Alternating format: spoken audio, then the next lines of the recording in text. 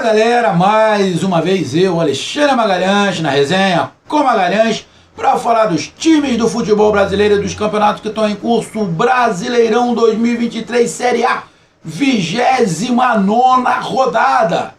Em Minas Gerais, encontro de times brigando contra a degola, contra a zona de tumulto, contra o Z4. Bahia, que vem aí de 3 triunfos seguidos. Cruzeiro, que venceu seu arquirrival Atlético Mineiro na casa dele, lá na Arena MRV. Dois times que, na minha opinião, não são times para cair, mas vivem momentos na parte de baixo da tabela. O Cruzeiro começou muito bem e depois deu uma caída. O Bahia,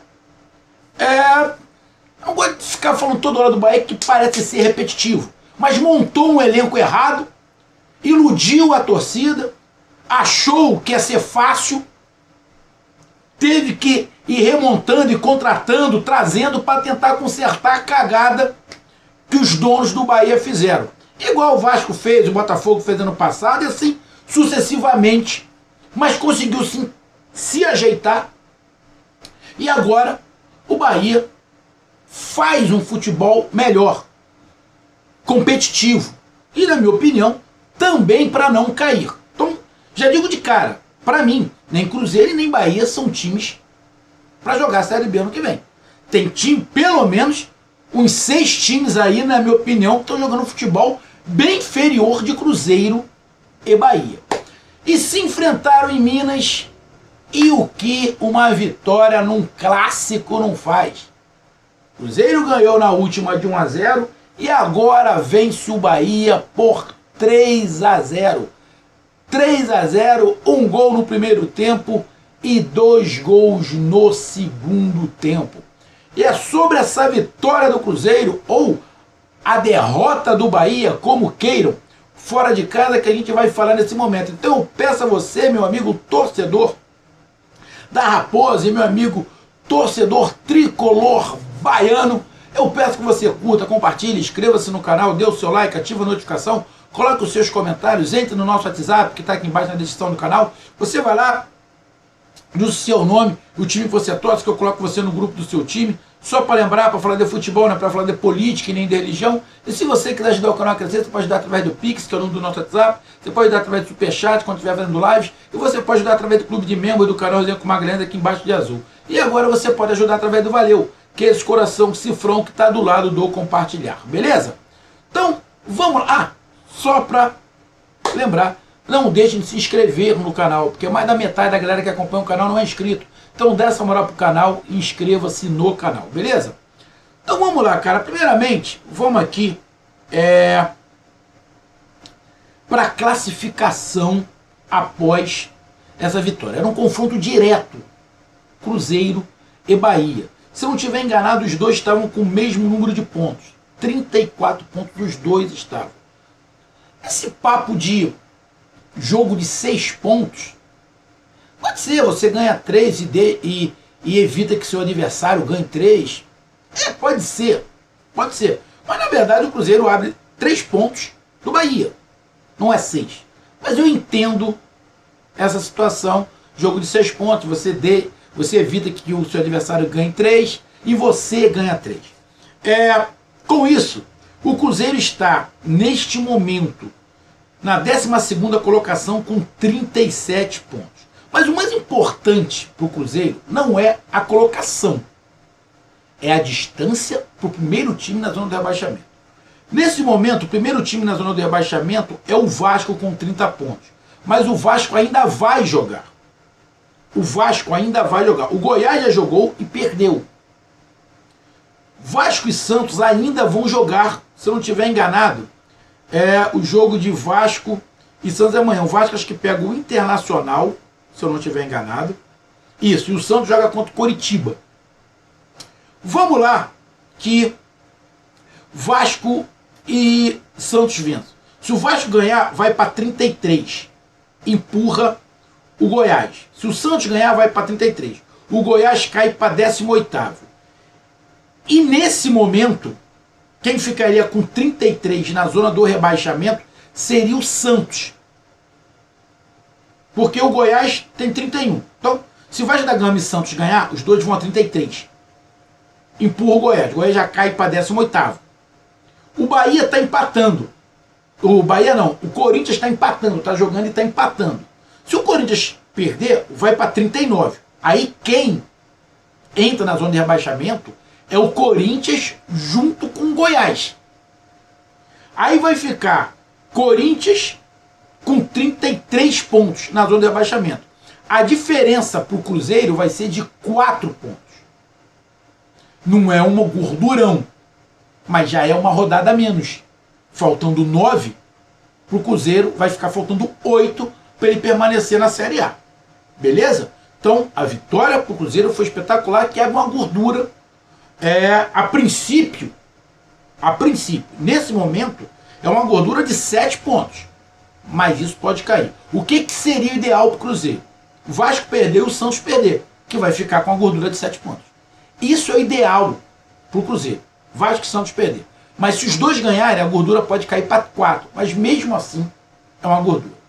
E o Bahia? O Bahia está com 34 pontos. O melhor que pode acontecer para o Bahia é o Corinthians perder. O Corinthians está empatando, está continuando atrás do Bahia.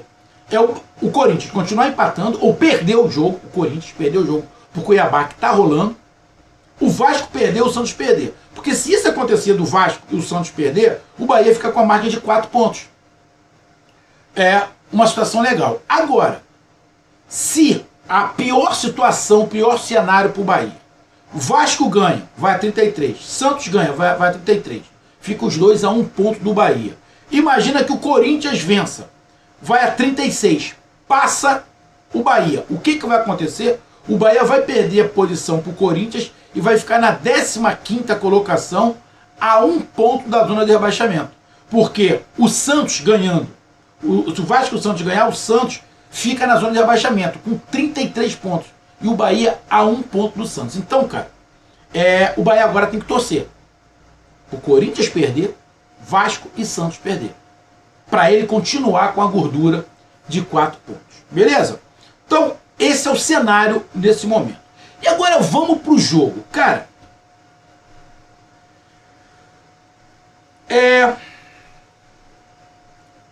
você vendo o jogo no início,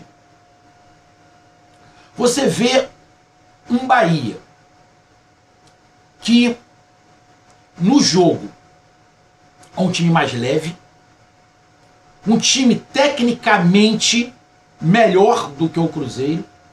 O time do Bahia faz um jogo mais apoiado de toque de bola, de triangulação, de jogada individual.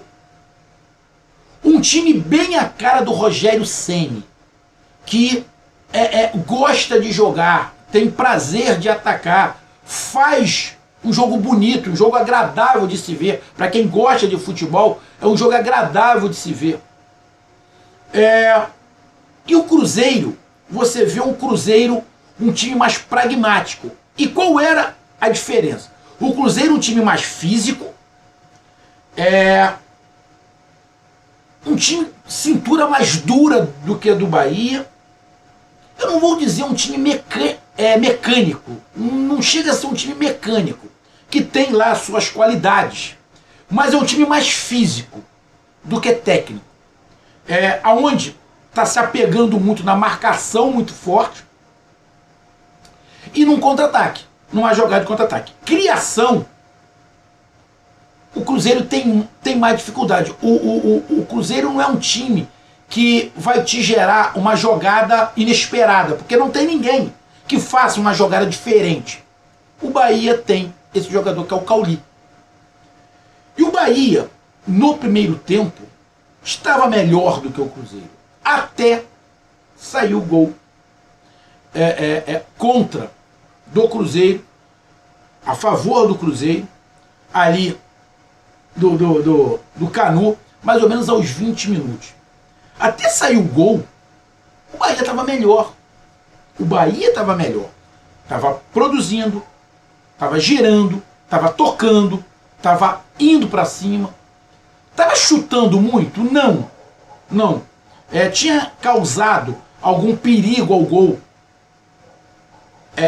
do Rafael? Não. Mas era um time mais presente no ataque. É um time que controlava o jogo. Quem controlava o jogo era o Bahia. E o Cruzeiro faz o gol. A partir do momento que o Cruzeiro faz o gol, o Cruzeiro já estava jogando, desde o primeiro minuto, como se já estivesse ganhando. Eu não sei se eu vou conseguir me explicar. O jeito que o Cruzeiro entrou não era um jeito de um time que queria fazer o gol na frente. O Cruzeiro entrou de uma forma como parece que o empate não seria ruim. Mais ou menos assim. Sei que não é isso, sei que o Cruzeiro queria ganhar. Mas o jeito de jogar parecia que o empate era favorável ao Cruzeiro. Eu sei que não era, mas parecia pela forma que estava o jogo. Quando o Cruzeiro faz o gol, não muda nada, porque ele já estava jogando dessa maneira e continuou jogando dessa maneira, marcando forte, dificultando o Bahia e tentando apostar no contra-ataque. Agora mais ainda, porque estava ganhando de 1-0. E essa marcação forte estava dificultando o Bahia. Aí, para atrapalhar mais ainda, a cabeça pensante do Bahia sai, que é o Cauli. Não tem ninguém que substitui o Cauli. Tem alguns times que tem alguns jogadores que, quando saem, não tem ninguém com a mesma característica. Aqui no Rio de Janeiro tem um time assim. Aqui no Rio de Janeiro tem 2 times assim. 2 não. Deixa eu ver. Não, tem os 4 times aqui do Rio. Tem 4 jogadores, um em cada time, que se esses caras saírem, não tem ninguém que bote. No Vasco tem um Payet, que é o francês, camisa 10. Se ele sair, não tem ninguém no Vasco que substitua ele. No Flamengo, é o Arrascaeta. Não tem ninguém que substitua o Arrascaeta. No Fluminense é o Arias. A galera deve ter pensado, o Marcelo, o Ganso. Não. É o Arias. Se o Arias sair, não tem ninguém para colocar no lugar dele ali que substitua ele.